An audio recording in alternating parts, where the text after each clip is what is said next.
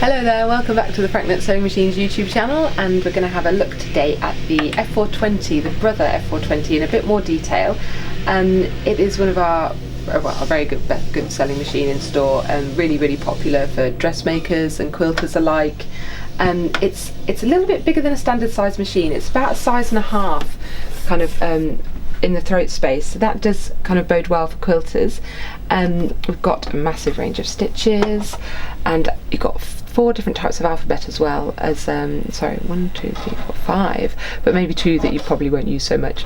But you've got a kind of outline alphabet, script, and a kind of block one as well. There's loads going on. You've got a thread cutter, automatic thread trimming, the pattern end function, which also is like a kind of lock stitch, a really amazing needle threader. So let's have a look at all those features in action as well. So we're going to wind a bobbin on first, just as I needed to wind one on anyway, so why not show you? So the indications on the top here, it's really, Brothers are great for this. They're very ergonomic to use, give you a lot of information. So you're following here the dashed line to actually thread up a bobbin. So that goes from the 1 to the 2 and then just around this tension bit there, and you can feel the tension applied to the thread, so we're going to get a nice smooth bobbin, and then go round from the back and around the bobbin there. Push that over. The machine then knows that you're here to wind a bobbin. You can either use foot control or the button there, but you do need to disconnect the foot controller, so let's just use the foot controller. Put that onto max speed and get it done. You can wind on as much or as little as you like, obviously. With this particular one, when it is full, it'll kind of judder to stop. It doesn't flick over all the way automatically, but that'll do us for now, I think. Flick that back over. It's even got a handy trimmer on the actual bobbin winder itself, so you can just pull it away and have your bobbin ready to go. So I'll thread the top of the machine as well. So you can just leave it into that number 1 where you were before for doing the bobbin, and go around here, down to 3, up into 4, and if you just kind of follow the action that the arrow's telling you, it will go into that take-up link, because that take-up link doesn't actually come up that far to hook into. Down to number 5, and then the star of the show, the needle threader. I'm just going to lower the foot to apply a bit of tension on the thread. There is a number 7 here, up in this needle threader. So you've got a little V kind of metal part that you put the thread into, and then you clip it into this number 7. Trim it off using the manual thread cutter at the left hand side, and then number 9 is labelled as this big lever at the side. So bring that down, and that is it. Why did that pull it so much? Let's give that another go, just because it seemed to shred the thread a little bit. That's better. There we go, thread done.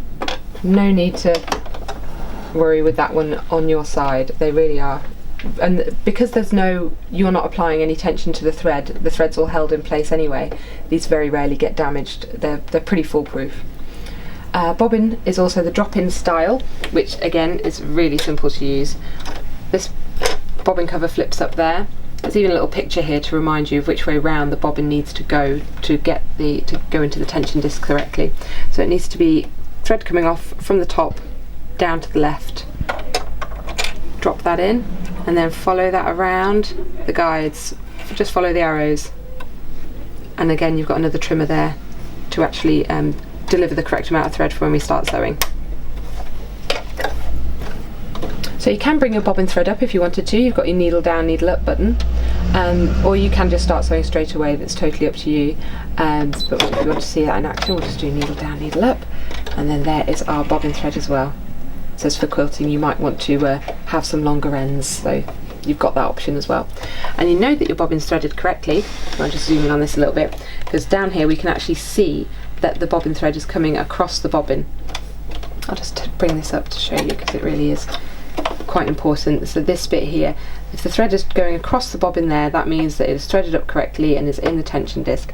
If that bobbin thread is not coming across the bobbin and is coming straight from the bobbin up to the needle plate hole, there's no tension applied to the thread, and we're going to have problems with stitching, and that's one of the most common things with top loading machines. That goes for all top loading machines as well. Always check that if you're having tension problems. Stitch selections, we've got a few folders here, and this is how Brother kind of work. They on like a folder system. So you select them using the buttons down here. They kind of corroborate with the different folders there. So if I want anything out of here, I press that one and then just type in the number, 47 for example. And similarly with you've got this little floral, this little leaf kind of motif, and you've got 1, 2 and 3, so we've only got one button, but you just press the button once. It always asks you that, do you want to delete the pattern? There we do. So I get folder number 1. If I press it again, I then get folder 2, and again I get 3. So that's how you access all the different decorative stitches, and then alphabet's just alphabet. Press it for each individual style, and then just type in the ones you want. I don't know what we want to see. There's a really cute little bee actually. Let's have a look at that one because that's quite sweet. So he is in folder number 1 and stitch number 29. So we've got here, the machine's got a 7mm stitch width maximum, which is what the bee is, and you've got your stitch length here as well, which for this particular design is 2.5mm. You can adjust those, but it might distort the bee, so let's leave him as he is. And I just need some fabric. This happened last time. We haven't actually got any though because Charlene's had a tidy up. Yes we do. Brilliant. That was a lucky dip. So I'm going to use the foot control for this, but you can actually be like totally hands-free and not use the foot control. Another way you can be hands-free is if you have the knee lift actually. So then this machine does come with that as standard. So that's where you can operate the foot pedal here, but using the knee lift instead. We're just going to lower that down using the lever at the back. So I've got this on max speed at the moment, but I can limit that, so no matter how hard I push on the foot control, it will only go a very kind of medium speed, which is like this. But I can increase that if I want to.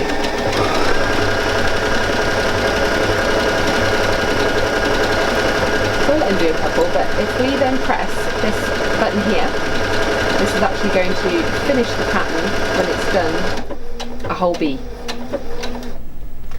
And then if I press that one, it's going to trim the threads. Oh.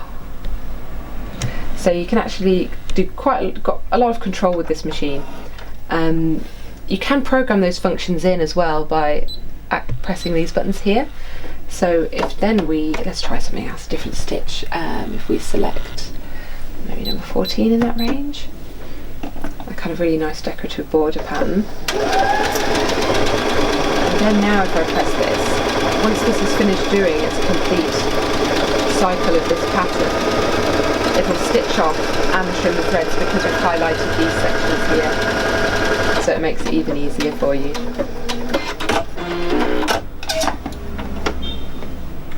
Well done.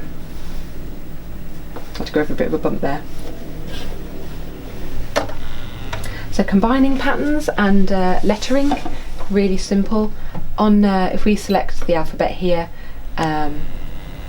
if we go for say the scripty one, and then we just type in the letter that we want. So if we were to type in F nut, for example, so that's 06 for the F, 14 for the N, U21, and double T 20. And 20. Now let's see what that comes out like.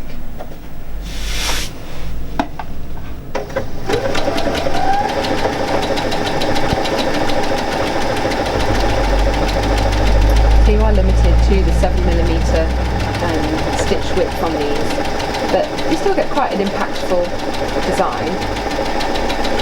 There's a bit of a limit on the speed on this one as well. good thing about the Brothers though, once you do have actually programmed in any words, it'll just stop at the end of that lettering automatically. It won't carry on. Some other machines will just do F-net, F-net, F-net until you're told to stop. But this will just actually do the one word or the sentence that you've written and then stop automatically. You don't have to remember to press that pattern end button, which is quite handy. And again, because we've got that highlighted, it's trimmed the threads off as well. Lovely. You get the automatic buttonhole with this machine too, so you've got a really great range. Brother always do a really good range of buttonholes on their machines, as well as button sewing on function and the eyelet function as well. They're really straightforward to use. I don't know if we've actually got the buttonhole foot. We do in here. I'll show you that quickly. The feet are snap on and off, so they've got a bar system that you use to actually clip them on and off the machine. Before I put it on, you actually would put your button into here. Imagine that's my thumb. And this distance is the one that's measured to actually give you the perfect size buttonhole for your button.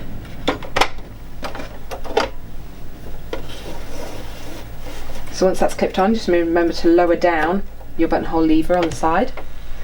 Let's select one of those. So if I go to this folder here, I'm okay to delete that pattern, and then select whichever one we want, 58 for example.